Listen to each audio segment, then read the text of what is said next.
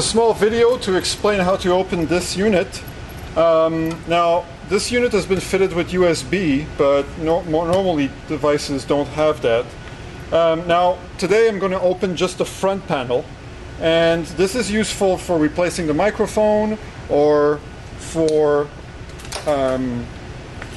replacing the touch sensor if that's broken. That's how you're going to do it. So there's 4 black screws, 2 at the top, 2 at the bottom, and you take a small star screwdriver and make sure to keep the screws around. So I'm just going to go ahead and do that.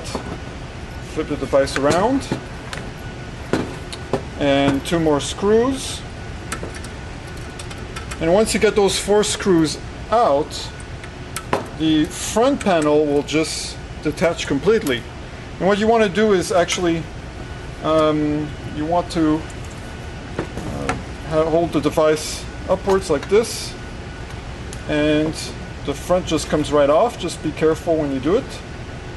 And you want to be careful just to pull it straight forward and then down. And you'll notice that there's 2 ribbon connectors, and that's all that's holding the front panel from the rest of the device.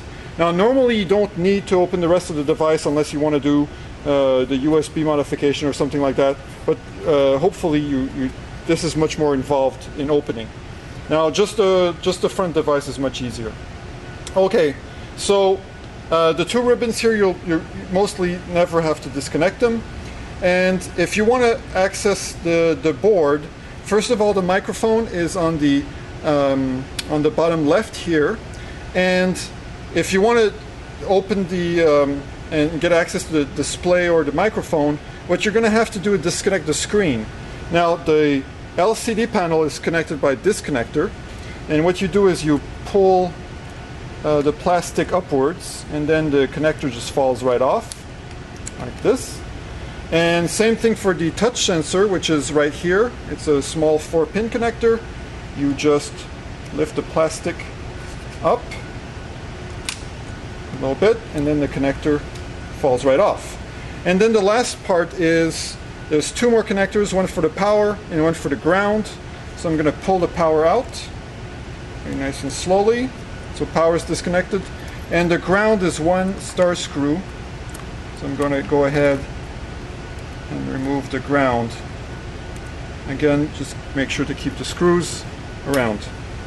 So now that I have everything disconnected, basically the touch screen underneath is disconnected from the main board. Now, in order to remove the main board, there's 4 screws, actually 6 screws, 4 on the top, 2 on the bottom, and I'm going to go ahead and remove those. 1,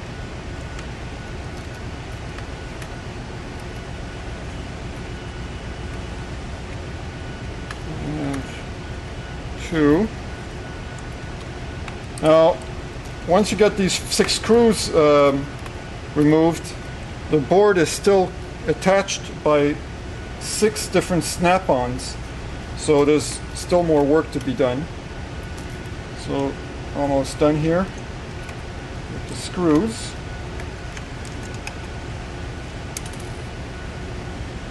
And one last one right here. Now I'm opening this device because I'm about to do the microphone modification on it, but I have already opened this device up multiple times, and I've already changed the touch sensor on this one. There we go. Last screw out. Okay, now the 6 screws are out. There are a bunch of snap-ons. There's 2 in the back, 4 here, and then the rest of the case holds the board together. So what you want to do is very gently kind of pry the board loose, and this will take a little bit of patience. I use a flat screwdriver and just kind of go on the side of the board and kind of unsnap it one by one. And up, so this side of the board just popped out. And I'm going to do the same on this side. Just be really careful and take your time. Okay, so now the board is almost out, and there we go, completely out. So now I can just yank the board out.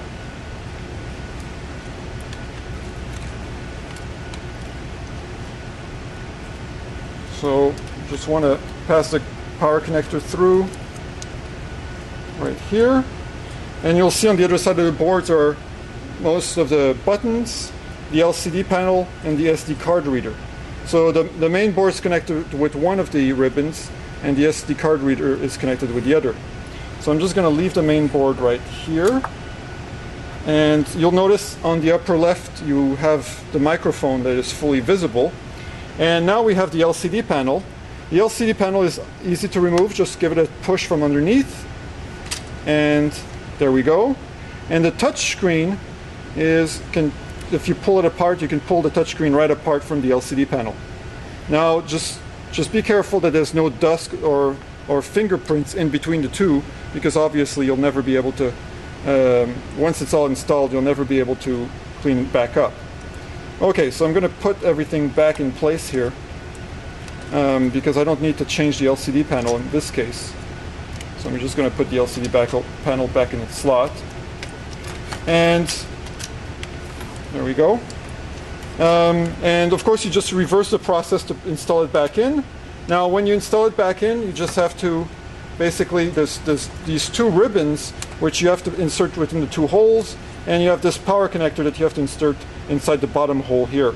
Otherwise that's pretty straightforward, and you can get the board reinstalled. Now in my case here, I'm going to stop the video because I'm going to go ahead and put an alternative, a different microphone. So thank you. I hope this was helpful.